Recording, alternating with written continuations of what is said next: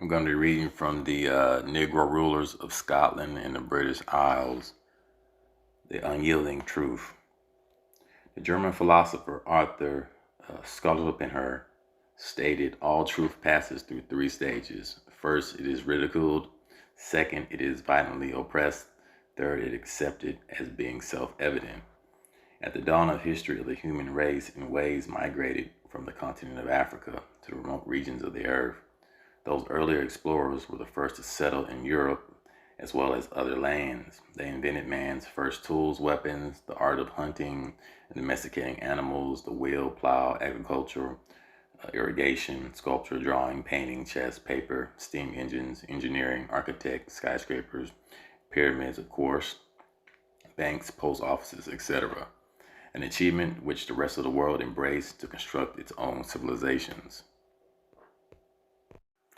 The Africans also invented the world's first alphabet, the concept of the universe, the government, king, queen, religion, medicine, the study of autonomy, hospitals, the skill of surgery, spectacles, the textile industry, universities, metaphysics, chemistry, military techniques, navigational instruments, propellers, sea vessels, diving equipment, aeronautics, computers, philosophy, and mathematical sciences, a marvelous accomplishment that led to the development of the Western civilization. According to scientific research through carbon-14 testing, the earliest artifacts and skeletal remains on all continents and islands belong to the people of the Negro race. I repeat, the Negro race. Only in later millenniums did the newcomers evolve out of the original people of the earth. The miscegenation between the original and new arrivals produced today's Mexicans, Italians, Puerto Ricans, etc., who continue to deny their Negro heritage in exchange for Western privileges, nevertheless craves to claim the history of the very people they denied to be by proclaiming the African Negro Ethiopians, Egyptians, Putites, Canaanites, and Negro Islanders to be white people, totally ignoring that those names belong to the African Negro family of nations. Through the Negro man Ham, Genesis 10 and 6, how perpetuous that some people are given a legal state right to practice identity theft. Hollywood and other movie industries have made billions of dollars from such forgeries. It is not so much the responsibility of the impostors hijackers to correct their own deceptions, as much as it is the divine duty of the victims to re-educate their follies. Hebrews 5 and 12. Around BC 1500, Europe had gradually changed from an all-black populous inhabitant to a multiracial continent. Every European nation prior to the presence of whites was ruled by the indigenous Africans, who were called the Moors, meaning black or Negro. During their dominance in Europe, the powerless whites gradually increased their population to become Europe's majority, but lacked the social structure to find equality among their black superiors. The black Moorish monarchs of Europe brutally inflicted a cruel slave apartheid upon the disadvantaged and innocent whites. The genocidal inhumane atrocities were serially imposed without a measure of mercy and could only be compared with a reverse apartheid placed upon the Africans many centuries later.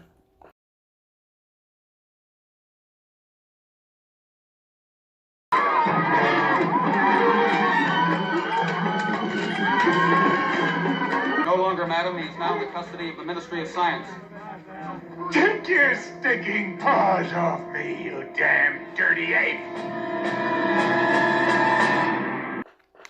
So basically, what a lot of us are failing to realize, a lot of the atrocities and erroneous acts we did to them in the old world, they've done to our ancestors over here. And that's what they won't teach in history. That's why it's so beneficial to them to miseducate you and teach you that you was just a slave and you didn't contribute nothing to society or humanity. Now it says a retribution for the inhumane treatment placed upon Europe when Africa was its master. Had today's Negro avoided the process of being brainwashed concerning its own history, he would have understood that over 3 millenniums ago, the white man was under the black man's supremacy.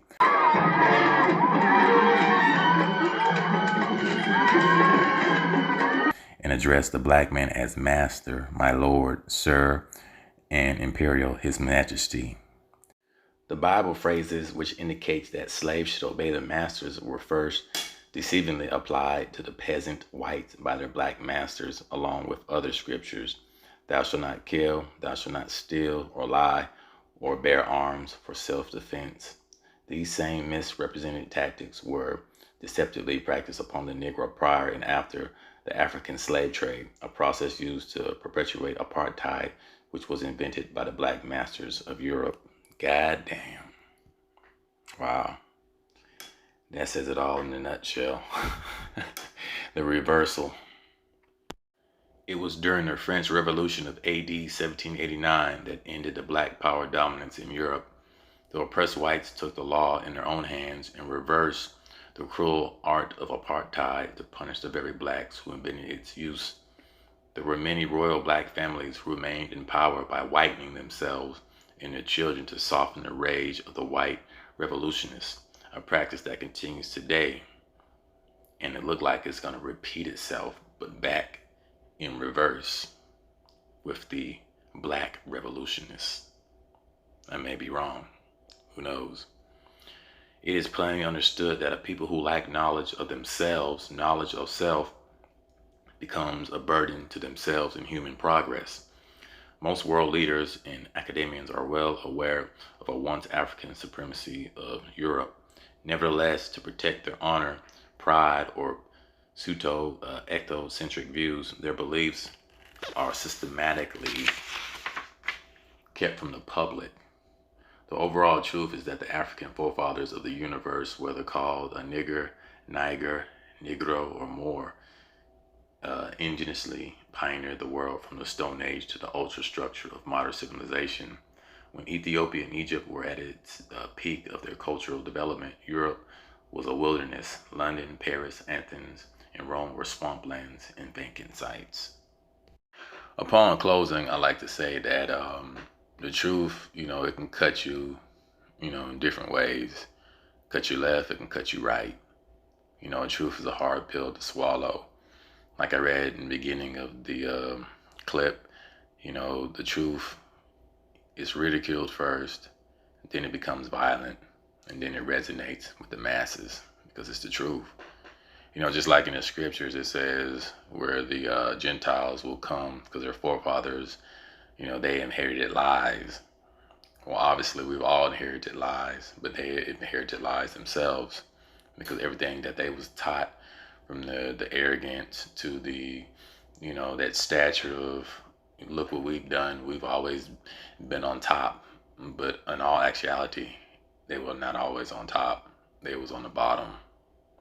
See how the reversal, and we're on the bottom, but we're on the rise. Schools are not going to teach you this. They're just going to give you down the watered version of history. White, white, white, white, white, white, white, white, white, white. Okay, you Negroes did a little something, something. That's all the history they're going to give you. They'll give you nigger history, 1619, 1865, Jim Crow, Martin Luther, Obama, nigga, we made it. They glorify Martin Luther King. That's like their trigger mechanism to get the Negroes back in line. Put a little Martin Luther King on, we'll get them back in line. And that's all they focus the energy on, is teaching you strictly what happened here in America. And it has a psychological effect on you because you don't know anything beyond 1619. But peace and shalom.